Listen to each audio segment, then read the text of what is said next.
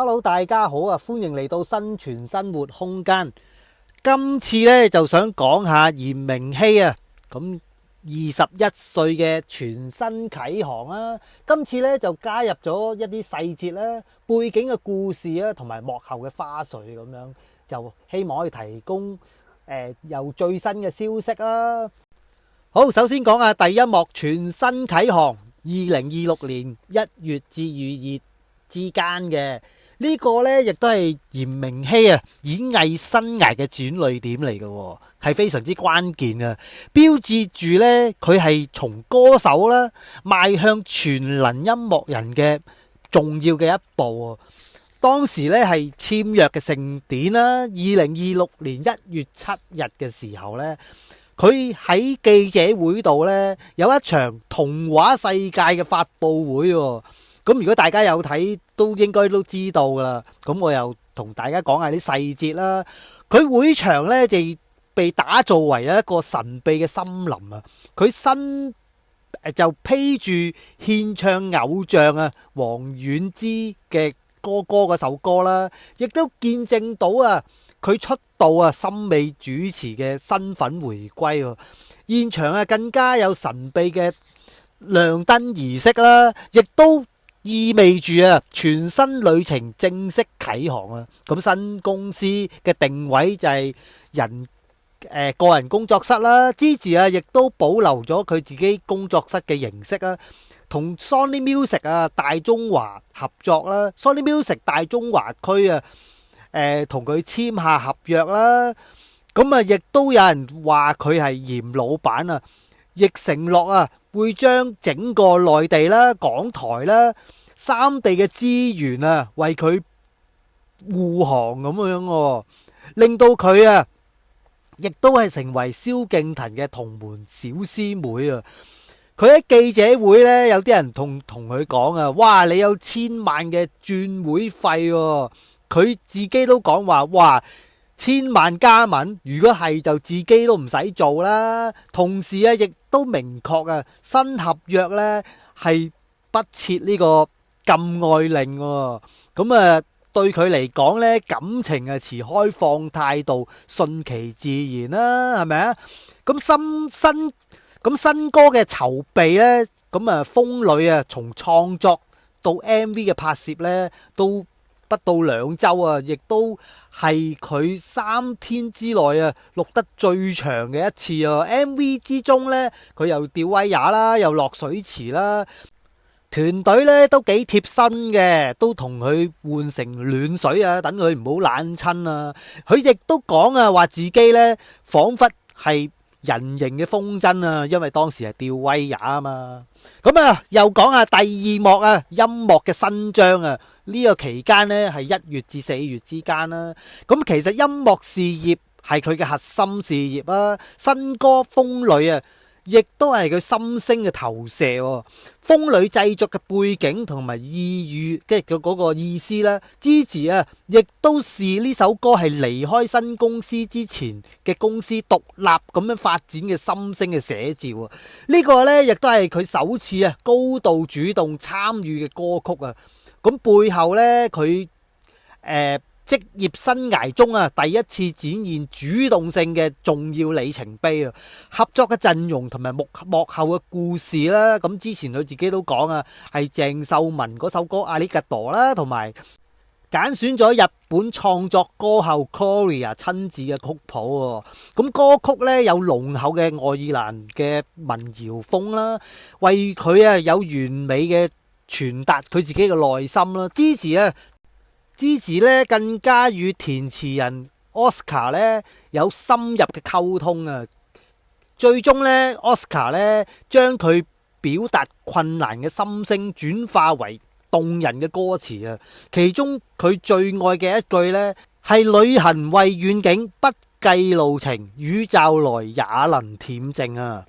歌詞之中啊，真係扣人心醒啊！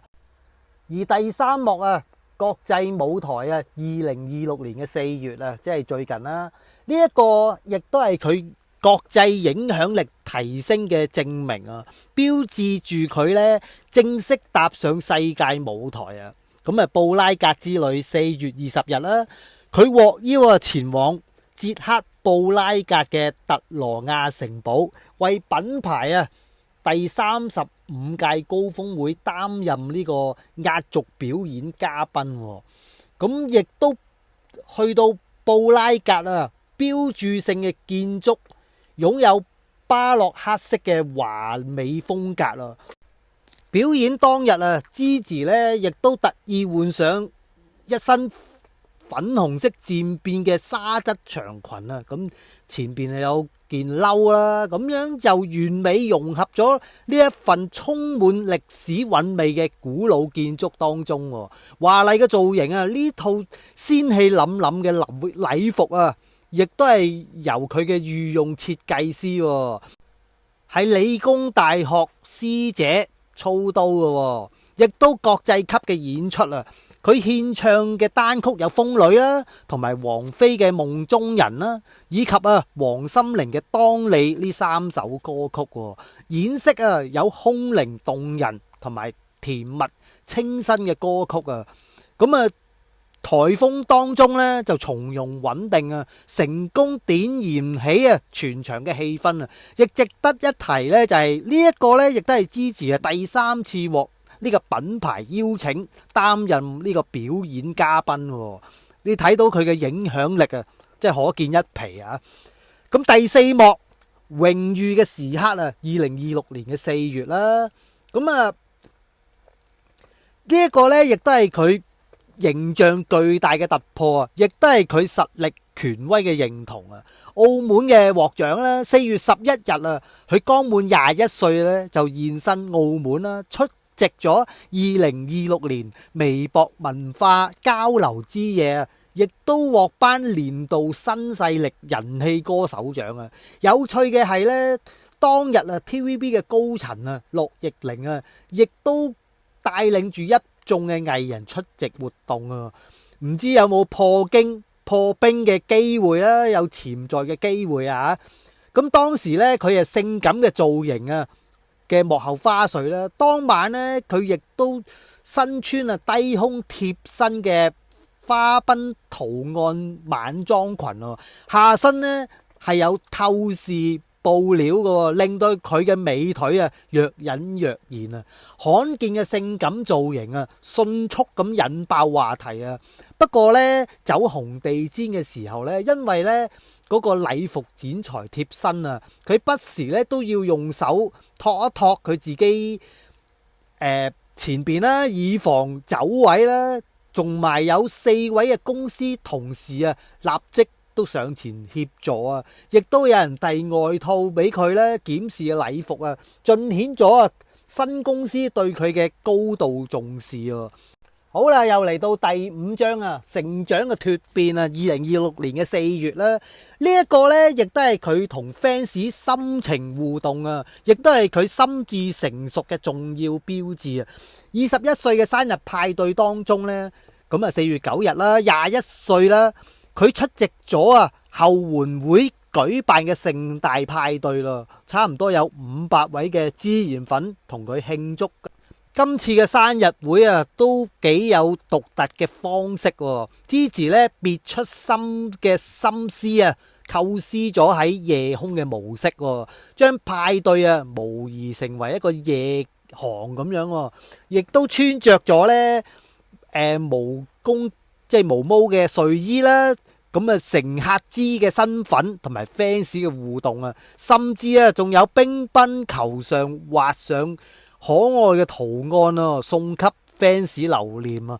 感性嘅長文呢當中呢，生日當天佢亦都喺社交媒體嗰度發長文回顧14歲至21歲嘅心路歷程亦都坦言成長帶來迷惘啦、開竅啦同埋快樂亦都引用咗女排國手孫明嘅格言，自己鼓勵自己啦，球不落地，永不放棄咁嚟到第6幕時尚嘅蛻變咁2026年嘅1月至3月期間啦，佢個人嘅風格多元展現啦，亦都彰顯咗佢正式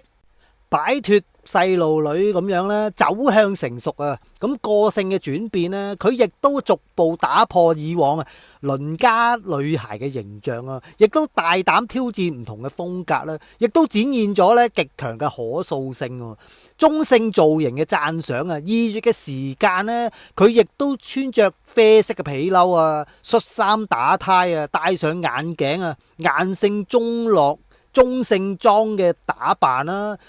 連曾喺劇集中飾演佢母親嘅阿陳偉啊，亦都大讚留言啊，話 handsome 啊，更加多嘗試啦。佢唔單止咧喺時裝周嗰度，亦都穿着西裝大鬚小蠻腰啦，仲喺鼻梁上貼上貼紙出席時尚派對啊！佢呢個造型呢，有網友更加指話係似 TVB 花旦徐子珊啊！呢一切呢，同佢正在理工大學修讀時尚學系嘅背景密不可分嘅。咁嚟到第7章啊，咁事業心與未來嘅藍圖又係點呢？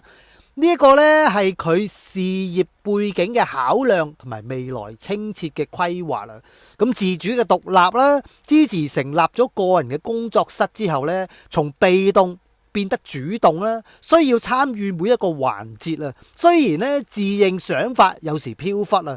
但係亦都感謝同事嘅包容啦，亦都追求音樂嘅自由啊！佢亦都透露咧，有4-5間公司同佢接洽啦，最終咧就揾咗Sony 理念相同，就選擇咗簽約啦，以實現更大嘅音樂自由啊！未來嘅規劃咧，佢計劃2026年咧就推出多3首嘅新歌啊！咁可能有粵語啦、英語啦、國語等多種嘅曲風啊！但係咧，都係會重質不重量嘅。佢亦都表達咧，希望與姜濤合作啦，同埋希望可以同 TVB 有冇破冰嘅願望啦。嚟緊再有支持嘅最新嘅消息，咁我又搜羅下啲資料，又再同大家又講下，又分析下。好啦，歡迎大家俾個 like 支持下，同埋訂閱小弟嘅頻道啊！呢個係對我最大嘅支持啦。好，下次再講過，係咁先，拜拜。